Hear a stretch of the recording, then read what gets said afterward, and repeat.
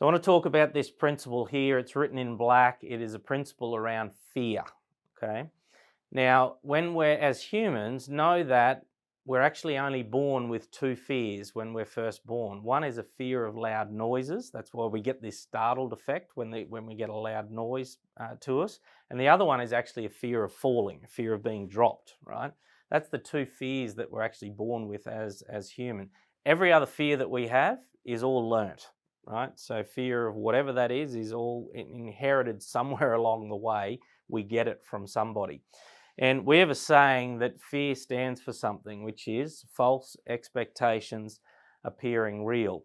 So let me give you some examples of this, and I'm going to challenge you to start thinking, where is it that you have a little bit of this flip chart playing out, right?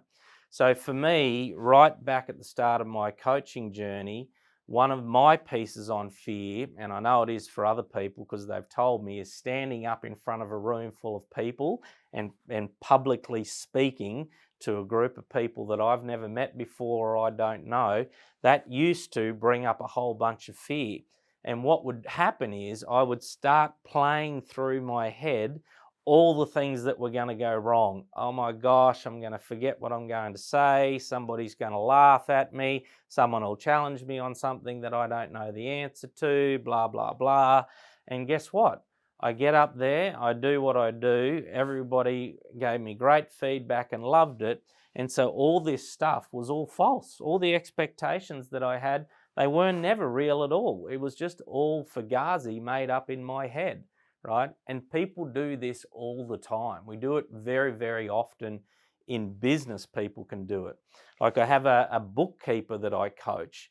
And one of the things about the bookkeeper, let me know if anybody else, if you have this affliction, is that they said to me, Wade, nobody can do it as good as me, right? So they, in order to grow their business, I'm like, we have to go and get you some leverage and put on some more team.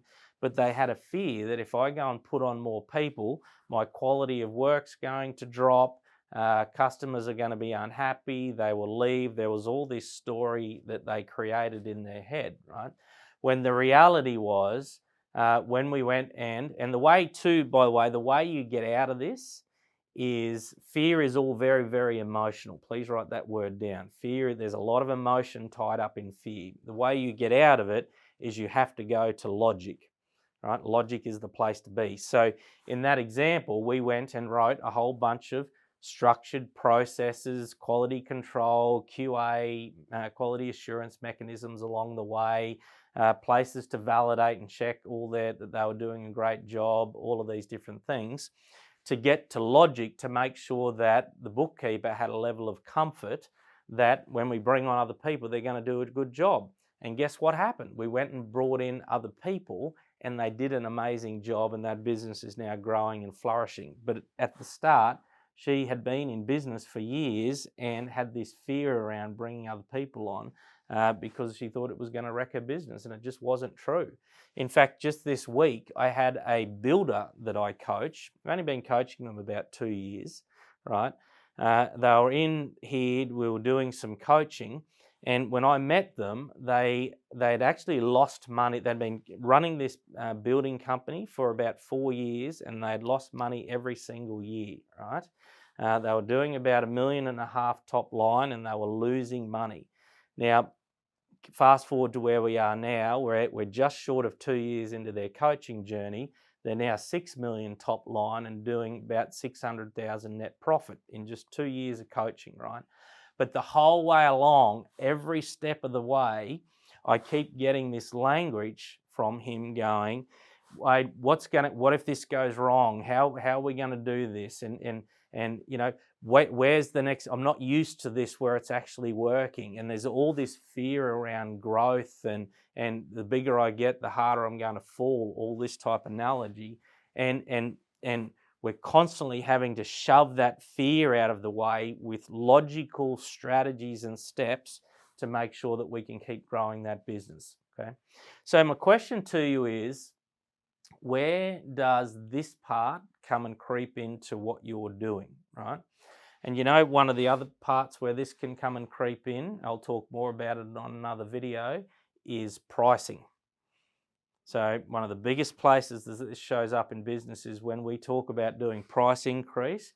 Guess what happens? A whole bunch of fear can creep in, and it's like we start creating stories around, oh my gosh, nobody's going to buy from me and all these type of things. So be honest with yourself and go, where are you doing avoidance behavior or preventing growth because some beliefs around different things are kicking in on this one? Hugely important one.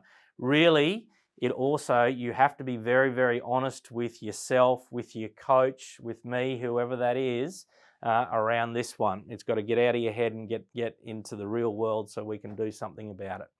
All right, have fun, folks, with fear. It's not real. Let's go and put some logic around it. Okay, bye for now.